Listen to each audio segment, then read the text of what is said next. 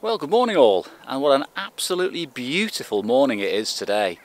I came out about an hour ago and I was amazed at how much colour there was in the sky because the forecast was for a lot of cloud, but it was absolutely beautiful pinks.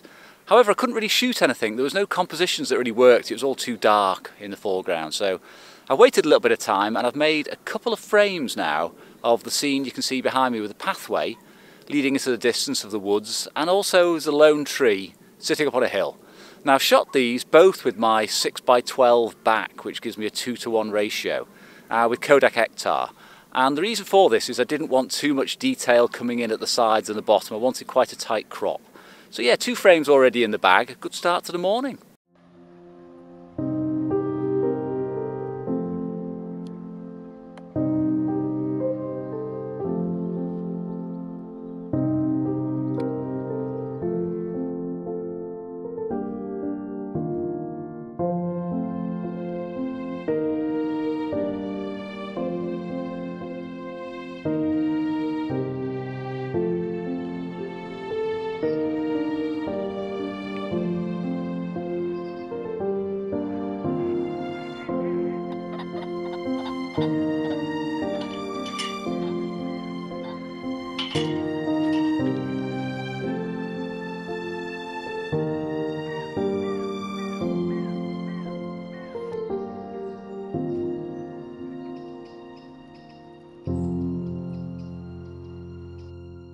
Alright, while walking through the woods, just a little bit further down from the first shot, I've come across this beautiful little set of toadstools, these little mushroom type growths, which is just covering an old tree stump.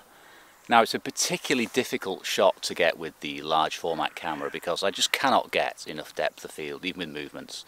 So I'm going to have to accept that some of the issues with the lens I'm using, the 150, mean that the background will be a little bit out of focus. It won't be totally sharp throughout, but the colours are absolutely beautiful. I mean, just look at the radiant greens and the beautiful browns in there. So I've shot it with 2 sheets of Ektar, 4 seconds and 8 seconds. And I've used f32. I wouldn't normally use f32, but I want as much depth of field as possible. But yeah, it's a really nice little setup, albeit a little bit tricky to capture. So as you can see, I've set my 150mm lens to be roughly parallel to the main subject matter. Now, I can get this fairly flat area here in focus. I'm losing it a bit further down here. That's just a factor of the 150mm lens. I think even if you were shooting this with a digital camera, you probably would need to focus stack. So I'm expecting this to drop out of focus, but that's just the nature of the shot. The setting itself is absolutely beautiful. I mean, this woodland here is, well, it's so still and calm. Hardly anyone comes through here, which is what I like, and it gives me the peace and quiet to work in. It's not that exciting, but it is a bit different.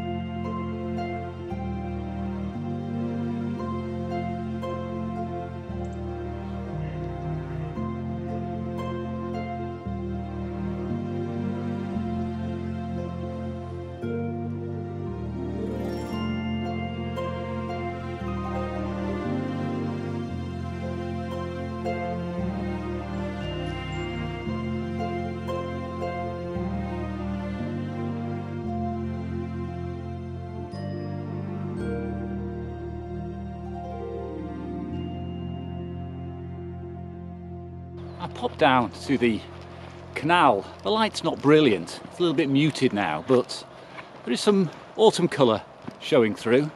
So hopefully I'll be able to get some of that vegetation on my colour films, predominantly Ektar I think, bringing out the vibrant yellows and greens.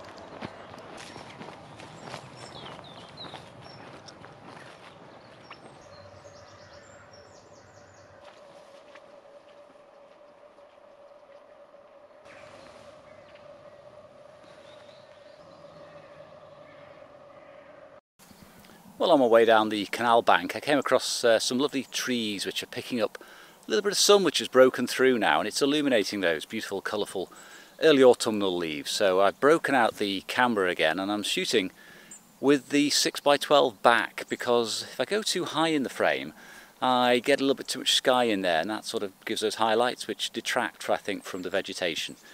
Also, if I have too much foreground, it's just a dull canal. I want a little bit in there, but I'm more interested in the actual sort of panoramic view cutting into the trees and the vegetation. So a couple of frames with Ektar, quarter of a second, f22, pretty straightforward.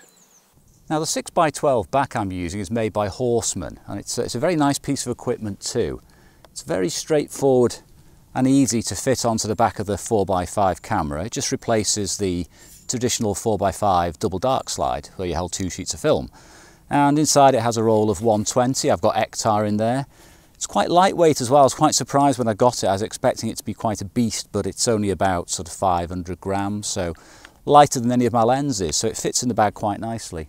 And it slots onto the back of the camera using these little clips. This is called a graph lock back. Slides in as you would with a sheet of film and just clip those into place. So you have to do all the focusing as you would normally, as you would in a traditional 4x5 image. But to make the actual composition a bit easier, I have got somewhere, yeah, this is my normal ground glass, but I've put on it 2 little pieces of card which are effectively masking off the top and bottom of the image to give me the exact view I'll be getting with my panoramic 6x12 image.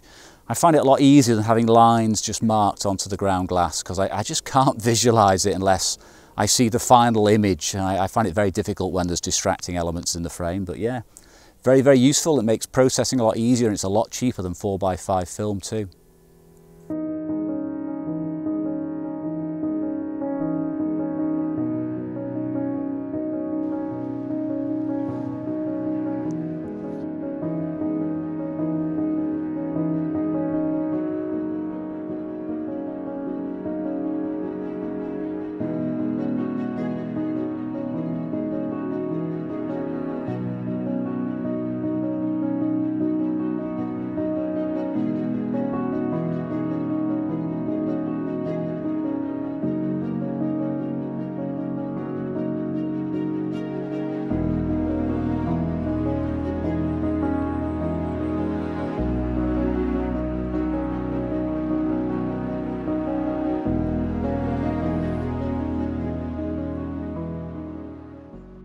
Okay, down by the canal side, and I've come across a scene which appeals to me for a number of reasons. It's not actually the one behind me, sorry, it's a very pretty tree, but it's not what I'm shooting. I am shooting the fallen tree there with the vegetation growing over it and the nettles and the leaves and the trees in the background, and it really appeals to me because it's a mass, it's a jumble of interest. It's going on all over the place, but it seems self-contained. I previewed it with my iPhone and it seems to focus in. It seems to sort of like have boundaries which stop it pulling out the frame, and as you know, I don't like images which pull out the frame. I like them to sort of remain centered if I can. So I've set up with my 240mm Fujinon lens, which is quite long, and I'm working from a distance, and that flattens the perspective. If I get too close, it sort of spaces it out, and I don't want that look, so I'll just take you through my setup.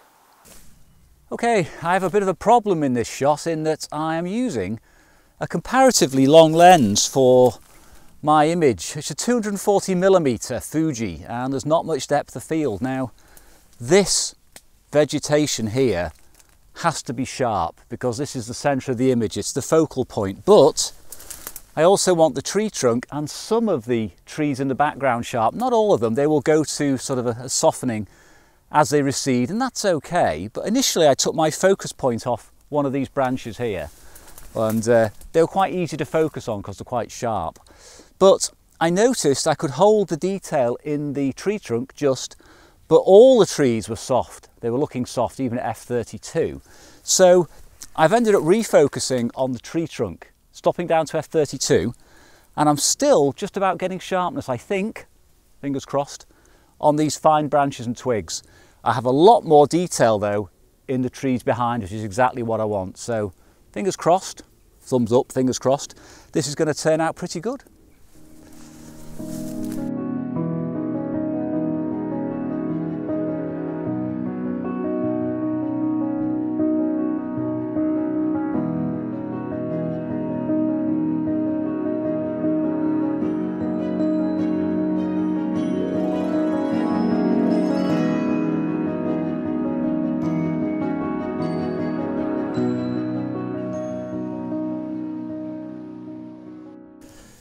Right, well I do hope you've enjoyed this little outing this morning with me into the woods and along the canal bank. I've certainly enjoyed it.